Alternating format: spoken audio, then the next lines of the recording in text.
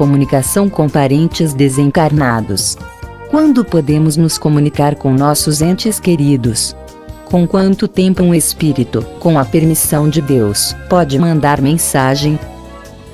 Não podemos precisar, em termos temporais, quando será possível receber mensagens dos entes queridos que nos precederam no desencarne. Alguns fatores influem decisivamente na capacidade dos espíritos se comunicarem com seus parentes na Terra. Entre eles, destacamos o estado de perturbação do espírito após a morte, o merecimento dos envolvidos, as condições do médium e a utilidade providencial desta comunicação. Em O Livro dos Espíritos, no capítulo que trata sobre a volta do espírito à vida espiritual fim da vida corpórea, os benfeitores da codificação orientam que, após deixar o corpo, a alma experimenta um estado de perturbação que varia em grau e em duração, de acordo com a elevação do espírito. Aquele que já está purificado, se reconhece quase imediatamente, pois que se libertou da matéria antes que cessasse a vida do corpo, enquanto que o homem carnal, aquele cuja consciência ainda não está pura, guarda por muito mais tempo a impressão da matéria. Questão 164. Esta perturbação se dá pela necessidade que tem a alma de entrar em conhecimento de si mesma, para que a lucidez das ideias e as memórias lhe voltem. Allan Kardec afirma: muito variável é o tempo que dura a perturbação que se segue à morte. Pode ser de algumas horas, como também de muitos meses e até de muitos anos. Comentário à questão 165, de O Livro dos Espíritos. Logo, este é um fator preponderante ao se avaliar a possibilidade de comunicação destes espíritos com os parentes encarnados. Outra questão a ser considerada é a do merecimento. No ensaio que desenvolveu sobre a pluralidade das existências, parte 2ª, capítulo 5º, O Livro dos Espíritos, Allan Kardec afirma que cada um será recompensado segundo seu merecimento real. Neste caso, devemos não somente avaliar o merecimento dos entes que ficaram na Terra em receber mensagens, mas também o merecimento dos que desencarnaram em se dirigirem aos seus entes queridos, informando-lhes sobre sua situação no plano espiritual. Podem interferir ainda na possibilidade de comunicação as condições dos médiuns. Orienta-nos Kardec que alguns médiuns recebem mais particularmente comunicações de seus espíritos familiares, que podem ser mais ou menos elevados. Outros se mostram aptos a servir de intermediários a todos os espíritos. Item 275 de O Livro dos Médiuns. Há de se levar em consideração, portanto, as relações de simpatia e antipatia entre médium e espírito comunicante.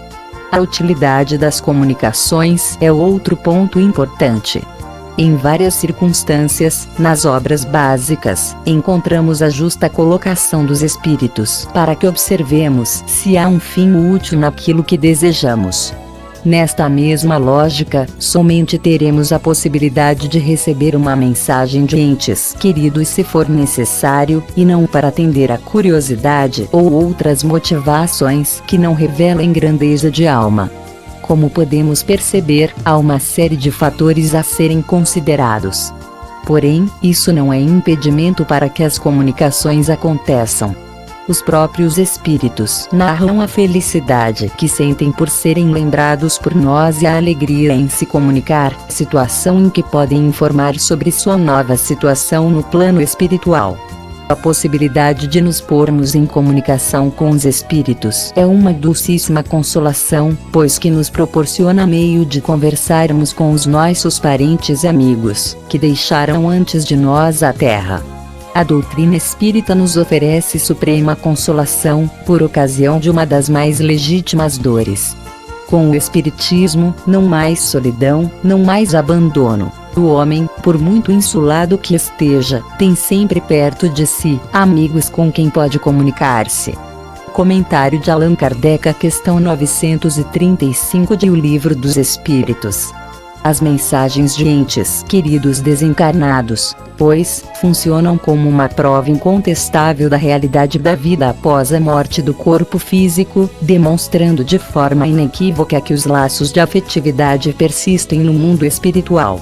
Além disso, servem como consolação àqueles que permanecem no campo da vida, estimulando-os às conquistas dos valores da eternidade, para o breve reencontro com os que lhe precederam no plano maior da vida. Por fim, lembramos que não somente as mensagens mediúnicas possibilitam estas bênçãos. Uma situação muito oportuna para entrarmos em relação com nossos entes queridos é durante o desprendimento da alma pelo sono.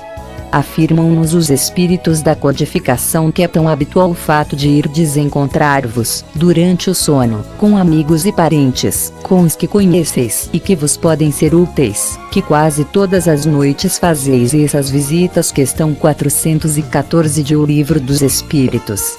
No entanto, para que isso aconteça, mais do que o simples fato de querer, quando desperto, é preciso evitar que as paixões nos escravizem e nos conduzam, durante o sono, a campos menos felizes da experiência espiritual.